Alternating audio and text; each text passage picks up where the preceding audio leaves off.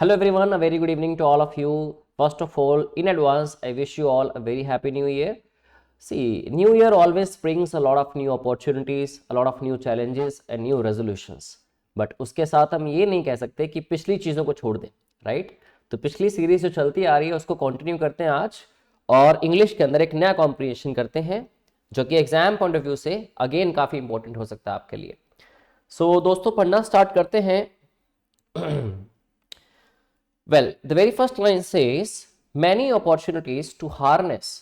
Harness करने की बात हो रही है means harness का मतलब होता है रोकना, to stop. Many opportunities to harness the highly skewed seasonal and spatial distribution of monsoon flows which occur in 4-month period from June to September annually. अगर देखा जाए कि बहुत सारी अपॉर्चुनिटीज की बात हुई रोकने की किसको, जो हाईली स्क्यूड है मतलब डायरेक्शंस बदल चुकी हैं, कहीं ना कहीं अनडायरेक्टेड है. Seasonal and spatial distribution of monsoon flows. बात हो रही है दोस्तों मेनली यहाँ पे मॉनसून के फ्लोज की जो कि क्लाइमेट चेंज की वजह से काफी ऊपर नीचे उतार चढ़ाव देखने को मिल रहा है या फिर उसकी वजह से कुछ जो प्रॉब्लम्स अकर होती हैं जो कि हम इस पैसेज के अंदर पूरी की पूरी डिस्कस करने वाले हैं. बात ही मॉनसून फ्लोज की. स्पेशली सबको पता है कि ज्यादातर मॉनसून फ्लो जो देखा जाता है जून टू सितंबर के अंदर ही देखा जाता है. Have been lost. तो वो लॉस्ट हो गया क्यों? क्लाइमेट चेंज की वजह से, सीजनल चेंजेस की वजह से. बाकी फर्दर इंफॉर्मेशन पैसेज से ही लेते हैं.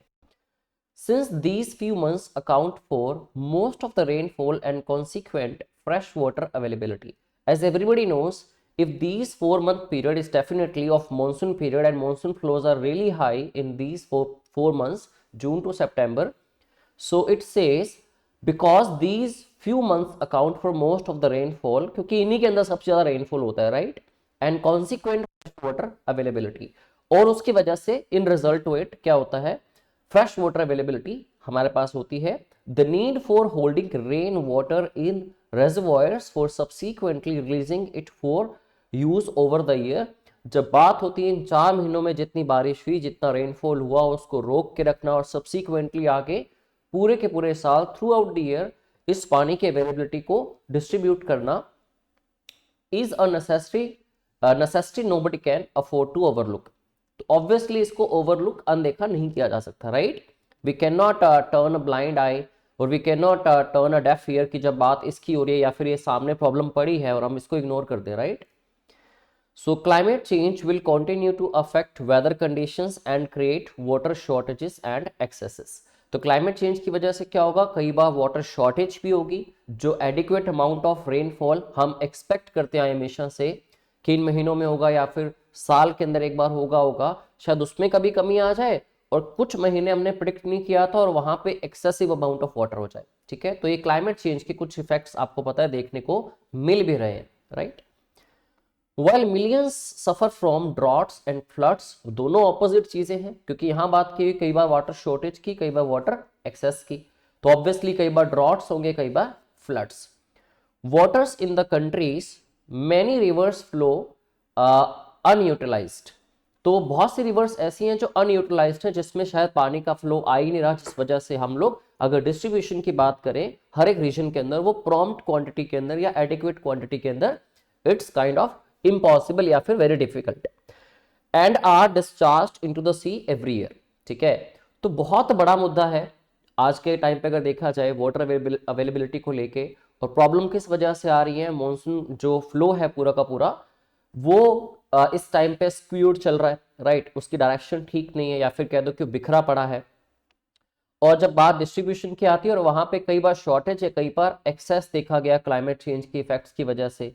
और मेन देखिए कि ड्रॉट्स लाइक सिचुएशन या फिर फ्लड सिचुएशन बन जाती है. बट यहाँ मुद्दा ये भी बताया गया कि water in the countries many reverse, country की बहुत सारी रिवर्स ऐसी है जहाँ पे पानी का जो फ्लो है वो अनयूटिलाइज्ड है, प्रॉपरली यूटिलाइज नहीं हो रहा और वो डिस्चार्ज हो रहा है जाके हर साल एवरी ईयर सी के अंदर. तो इस मुद्दे पे चीजें समझने के बाद जो क्वेश्चन हमसे पूछा गया, एग्जामिनर ने, ऑथर ने पूछा इस पैसेज पे बेस्ड, वो देखते हैं क्या था जरा.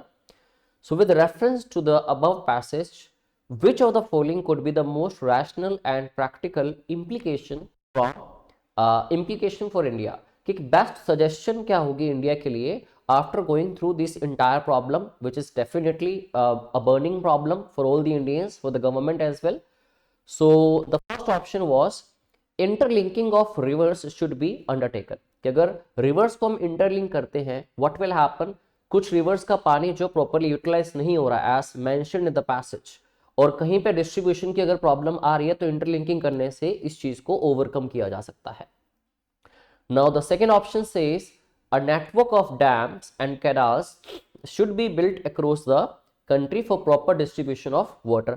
ये भी अच्छा सुझाव है, ठीक है, कि अगर डैम्स और कैनाल्स की बात करें जहां पानी स्टोर होता है, ठीक है, अब जैसे उन्होंने पीछे किसकी एग्जांपल ली, रेजर्वोयर्स की एग्जांपल ली, तो वहां भी क्या है, पानी स्टोर ही तो होता है, आप उसमें कैनल्स वर्ड यूज कर सकते हैं.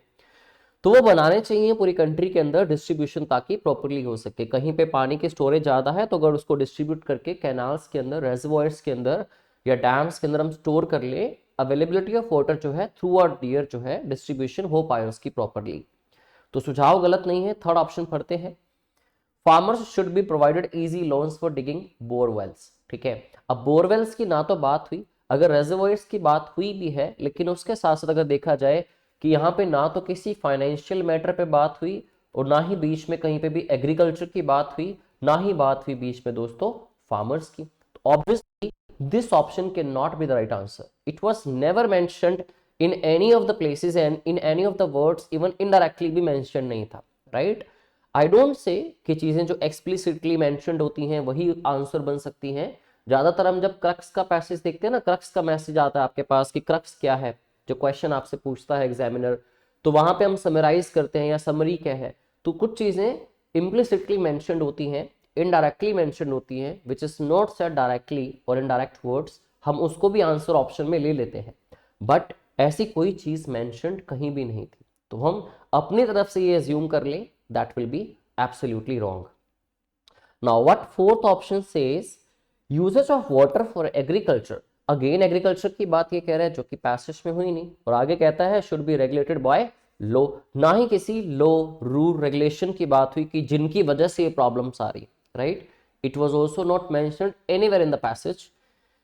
Distribution of river water, fifth option says distribution of river water among regions should be regulated by the union government. ये कह रहे हैं कि स्टेट गवर्नमेंट अगर ठीक से काम नहीं कर रही, जिनके पास एक्सक्लूसिव राइट होता है, तो उसकी जगह ये काम किसको करना चाहिए, यूनियन गवर्नमेंट को करना चाहिए. अगेन किसी भी लॉ रेगुलेशन की बात नहीं, यहाँ तो मुद्दा ही क्या था कि क्लाइमेट चेंज की वजह से सारी प्रॉब्लम्स आ रही हैं, और जो स्क्यूड हो चुका है पूरी की पूरी तरह से हमारा जो डिस्ट्रीब्यूशन ऑफ मॉनसून फ्लोज है, उस पर काम करना है. तो उसके लिए क्या बेस्ट मेजरमेंट्स हो सकती हैं, कैसे हम रिवर्स के पानी को प्रॉपरली यूटिलाइज कर सकें, कैसे हम पानी को प्रॉपरली रेजर्वोयर्स में या कैनाल्स के अंदर प्रॉपरली स्टोर कर सकें, सो दैट 4 महीने की बारिश का जितना पानी इकट्ठा हुआ, how can it be distributed to all the regions throughout the year. Main मुद्दा तो यही चल रहा था. राइट, तो उसके हिसाब से दोस्तों आप देखो फर्स्ट ऑप्शन भी गलत नहीं है और सेकंड ऑप्शन भी गलत नहीं है. राइट, अब आप कैसे चूज करेंगे, तो मैं आपको बता दूं कि यहाँ पे आपसे कोर्ट के अंदर क्वेश्चन का आंसर पूछा गया था.